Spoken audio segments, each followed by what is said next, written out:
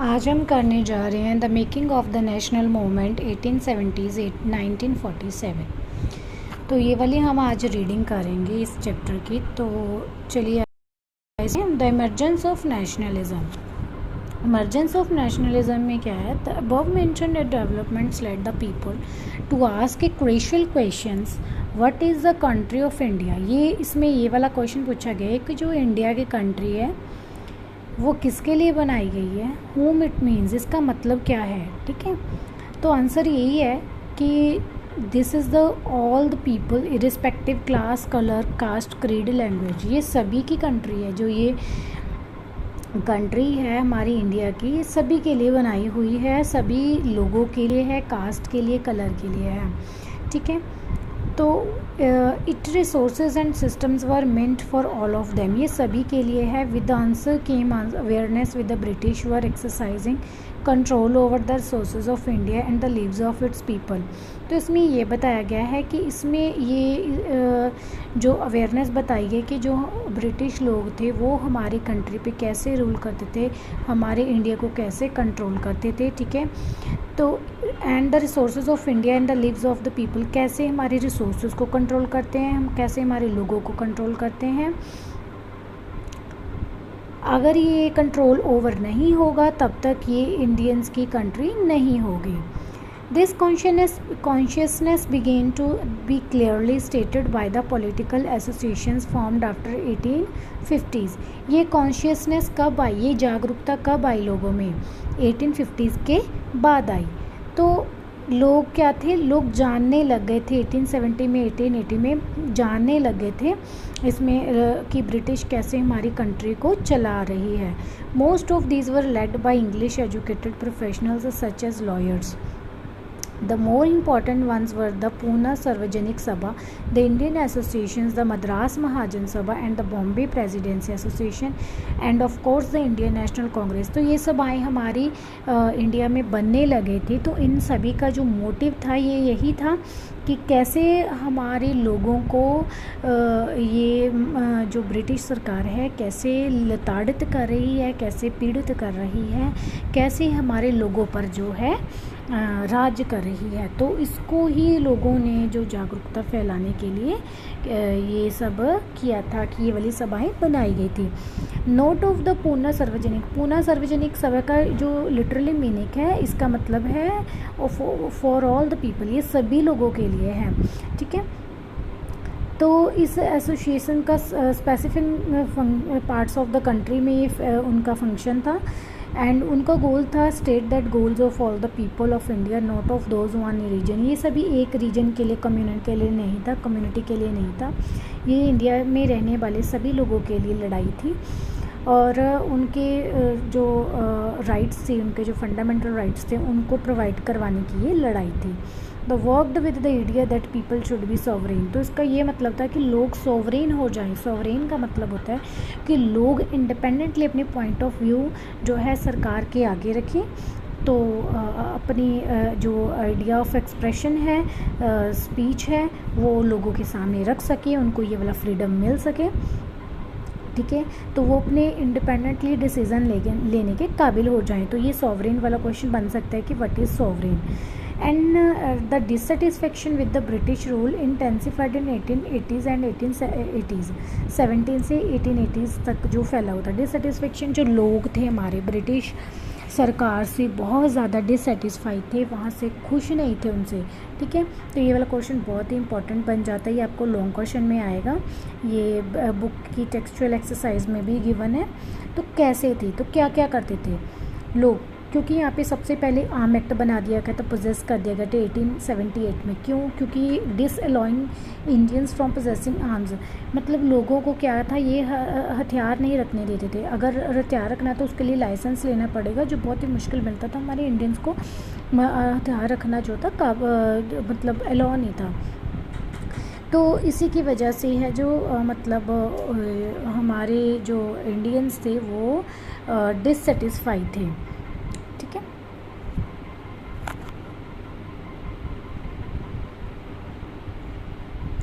And उसके बाद आ गया Vernacular Press Act was also enacted in an effort to the silence those were critical for the government.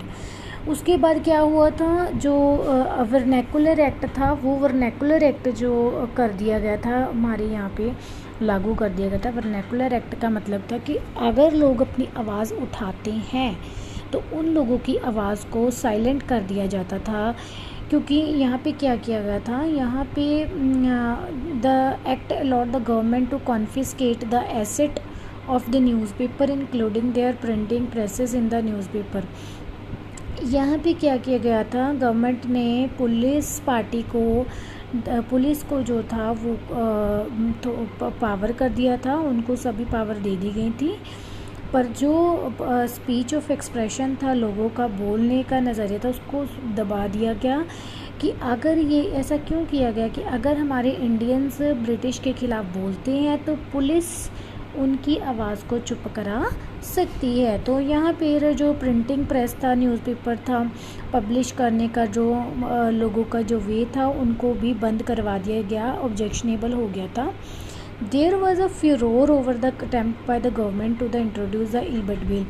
लोगों में इतना ज़्यादा गुस्सा देखा गया था, यहाँ पे लोगों में इतना ज़्यादा गुस्सा देखा गया था कि जब इल्बर्ट बिल जो है पास हुआ।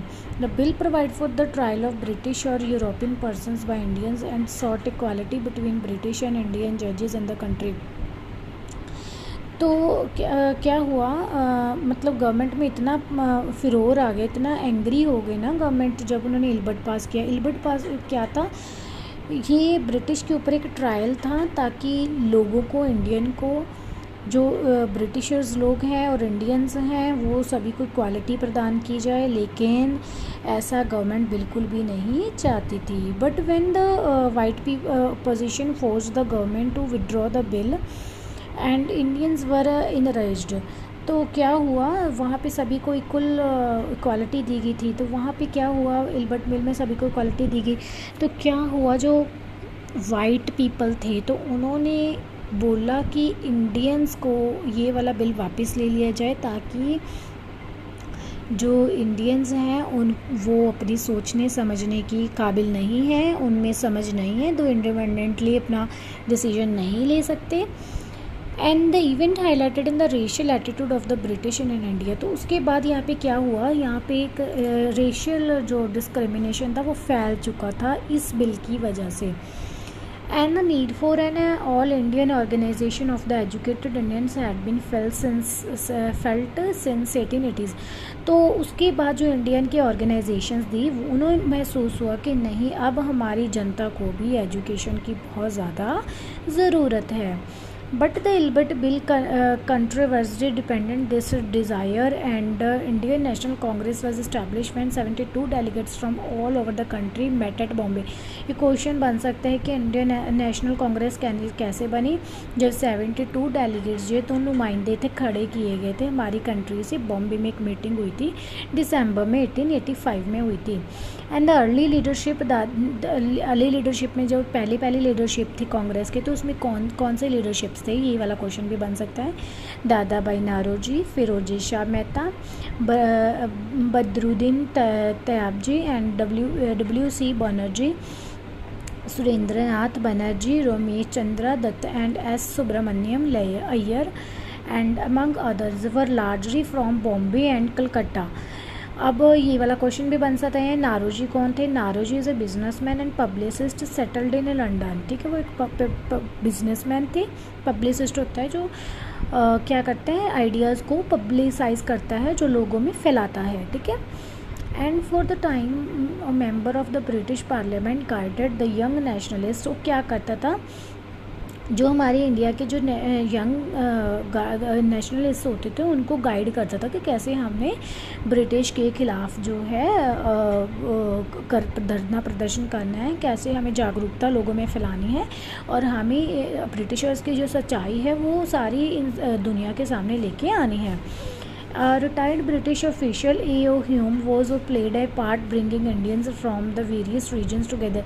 जो एक रिटायर्ड ब्रिटिश था वो था ए.ओ. ह्यूम। तो उसने एक बहुत ही अच्छा पार्ट प्ले किया था जो दुनिया में सभी से अलग अलग जगहों से इंडियंस आते थे, तो उन सभी को इकट्ठा किया ताकि हम ब्रिटिशर की जो असलियत है लोगों के सामने लेके आए। आई होप कि ये पहला पार्ट आपको अच्छा लगा होगा, ये बहुत इन्फॉर्मेटिव होगा आपके लिए।